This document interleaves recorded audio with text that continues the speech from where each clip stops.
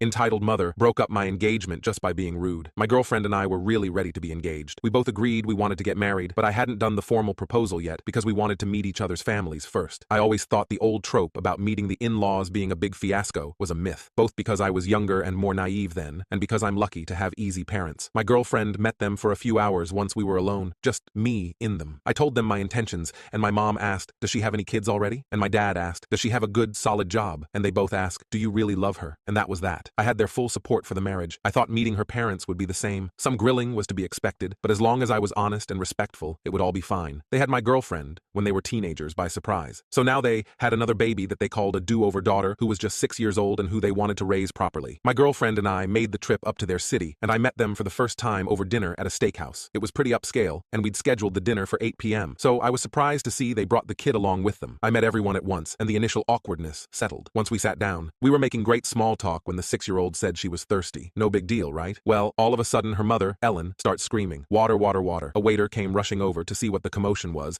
and without even making eye contact with the poor guy. Ellen, we've been here forever, and no one's even gotten us any water.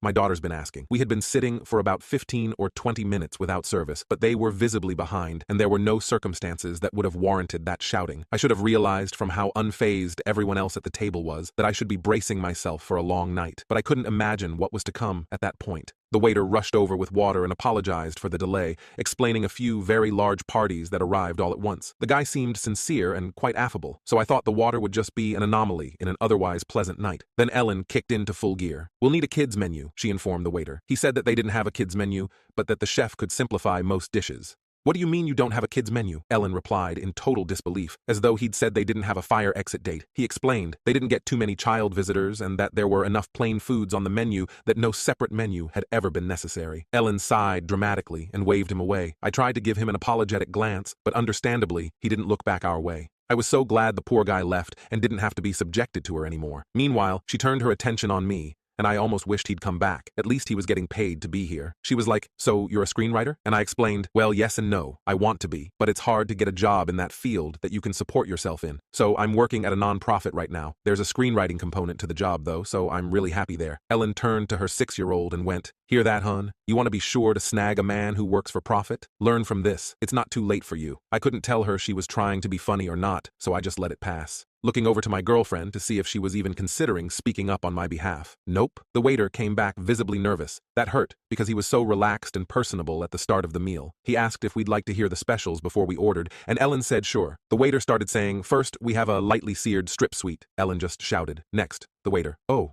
okay. Then we have a broiled leg of grass-fed. Ellen next. And on, until he'd gone through all 7 or 10 specials, even though she ultimately ordered off the menu a plain ribeye. Well done. She tried to order her daughter the same, but the kid said she just wanted plain mashed potatoes. So Ellen let her get mashed potatoes alone for dinner. After her order, she sent the waiter away. The rest of us hadn't even ordered yet, and everyone else just sat there like it was entirely normal. I waited for someone to say something, thinking it was more of my girlfriend's place or her husband's, but when no one did, I couldn't help myself. I was the one steak and potatoes going to be for all of us, or my girlfriend explained in the tone you'd use for a tourist violating a sacred local taboo. My mom always has. The waiter put the kids' food in first, so it can get started right away. We'll order once the kitchen has hers. I thought she was joking. Since Ellen didn't just order her kids' food, she also ordered her own dinner. So I left something funny? Ellen asked. Then I realized she was serious and I shut up. Thankfully, her dad at least recognized that what was normal for them might not be as regular to me and tried to lighten the mood with a change of topic. But not even 10 minutes after we'd ordered, Ellen started in again. Another table that had been there long before we got a side order of mashed potatoes with her meal. Ellen threw a total conniption. She was sputtering so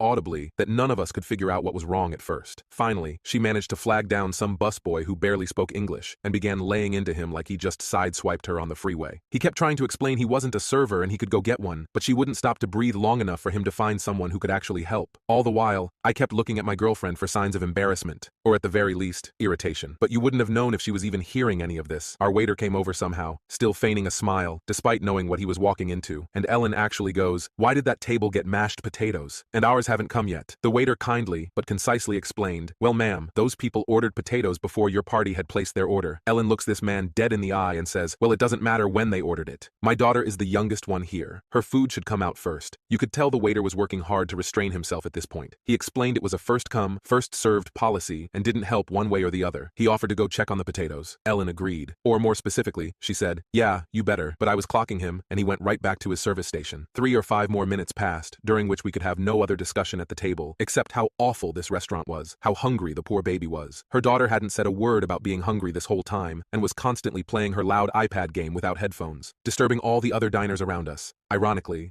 she said that Americans these days were just too selfish and had no respect for motherhood. I chimed in, "I'm with you on that last part," and to my utter shock, instead of laughing at my joke, my girlfriend seemed annoyed with me. So after a few minutes, the waiter comes back and says, "The potatoes will be out very soon." That's when Ellen did something I never thought I would see in real life. Ellen took 3 singles and a 5 out of her wallet and put them on the table in full view of the waiter. Then she took 1 single away and said, "Every table I see getting potatoes before us is a bill gone." I was shocked. The waiter, to his unending credit, just took a deep breath and said, "I don't have control over the order in which the kitchen fires tickets, but what I can tell you is it should be out any minute." He then left without saying anything disparaging. I've been holding my tongue all night as well in the name of my relationship, but once the tip at the table, I figured that if my girlfriend was half the woman I thought she was, then she wouldn't mind my speaking up at this point. If anything, she'd be supportive, right? So I scooted my chair back a bit and said, "Listen, I know what you're doing with the cash on the table, but that kind of thing makes me really uncomfortable, and it's just not called for. Please put the money away, or we can just continue this some other time." My girlfriend's dad spits back, "What? How cheap do you have to be to not believe in tipping service workers?" Before I could process whether he was serious or yanking my chain, Ellen shocked me with, "No. You know what? You're right. This isn't necessary. I should have known better than to be relieved." She folded the bills back into her wallet, patiently waited for the next plate of mashed potatoes to be carried out, and when it wasn't delivered to us, she went right up to a stranger's table and picked it up off their table. She had to explain something about her daughter starving to death as she was walking away with a stranger's food. But unsurprisingly, that wasn't convincing enough for them. The old lady she took it from followed her right over to our table and tried to take it back. I was already searching for my coat tag in preparation to go, but a shoving match was beginning to unfold between Ellen and an elderly woman with a tennis ball walker. And far be it for me to sit through all that had happened, only to leave just as the night was getting interesting. The elderly woman was like, "Give me back my potatoes." "Who are you?" And the poor little girl was like, "Mommy, it's okay. Don't take someone else's food." But it all fell on deaf ears. Ellen yelled at the old lady, "How could you sit there and eat these when my daughter hasn't even been served yet? She's sitting here, hungry, just a little girl, and you're over there stuffing your face. Come on, other potatoes will be out any minute." And the old lady just said, "Great, if they'll be out any minute, then what's the problem?" Ground gasping language, please. Finally, the waiter. And this time, someone higher up as well came over to separate them as they had begun to raise their voices